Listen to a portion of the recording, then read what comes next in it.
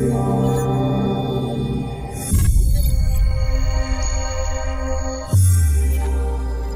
me that they want to play in the NFL someday and they want to graduate from college.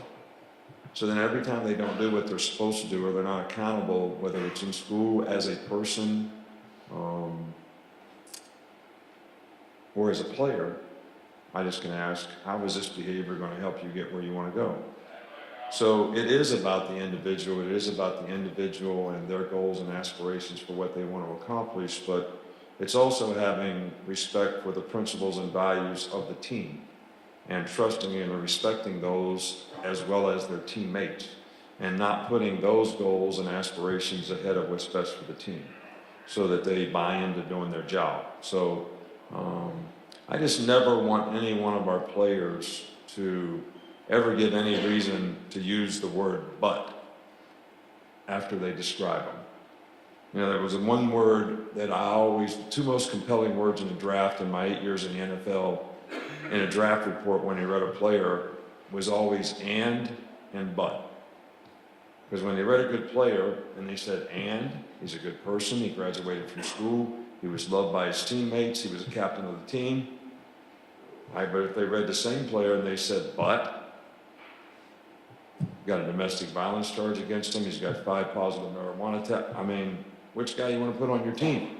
So why would anybody give anybody a reason to say but about what they do? And that's what we try to get our players to do so that they create value for themselves and their future.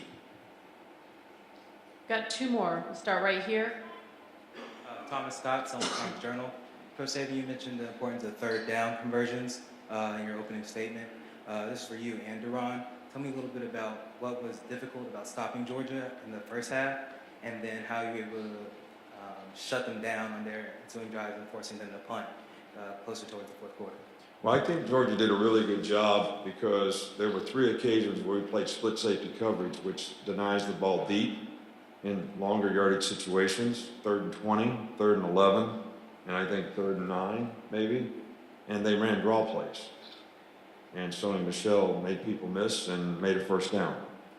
So then we started playing more man-to-man and middle of the field coverage, and, you know, Jake Fromm, that guy, he knows where to go with the ball.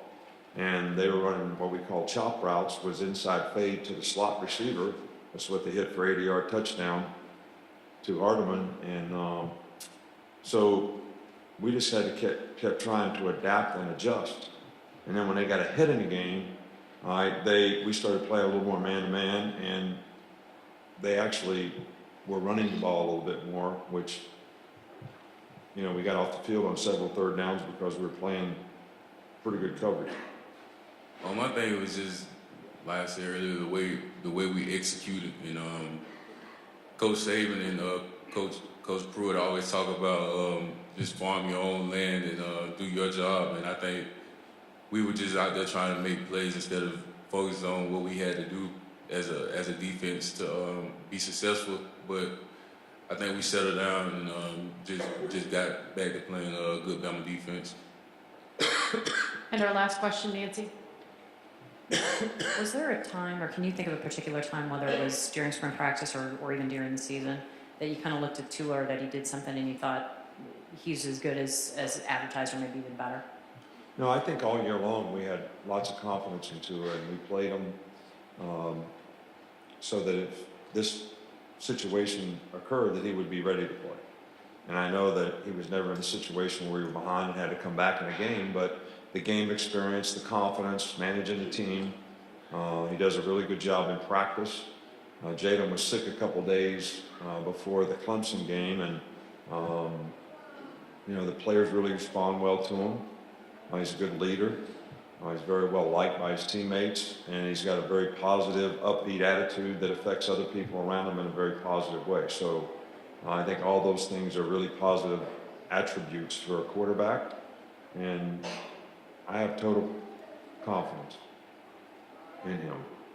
But I also think that I should say that we would not be here in this championship game if it wasn't for some of the very good plays that Jalen Hurts made throughout the course of the year.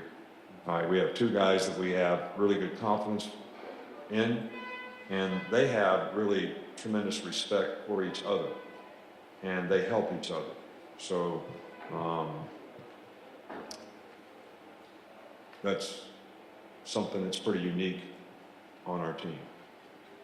Thank you very much and congratulations. That concludes today's news conference.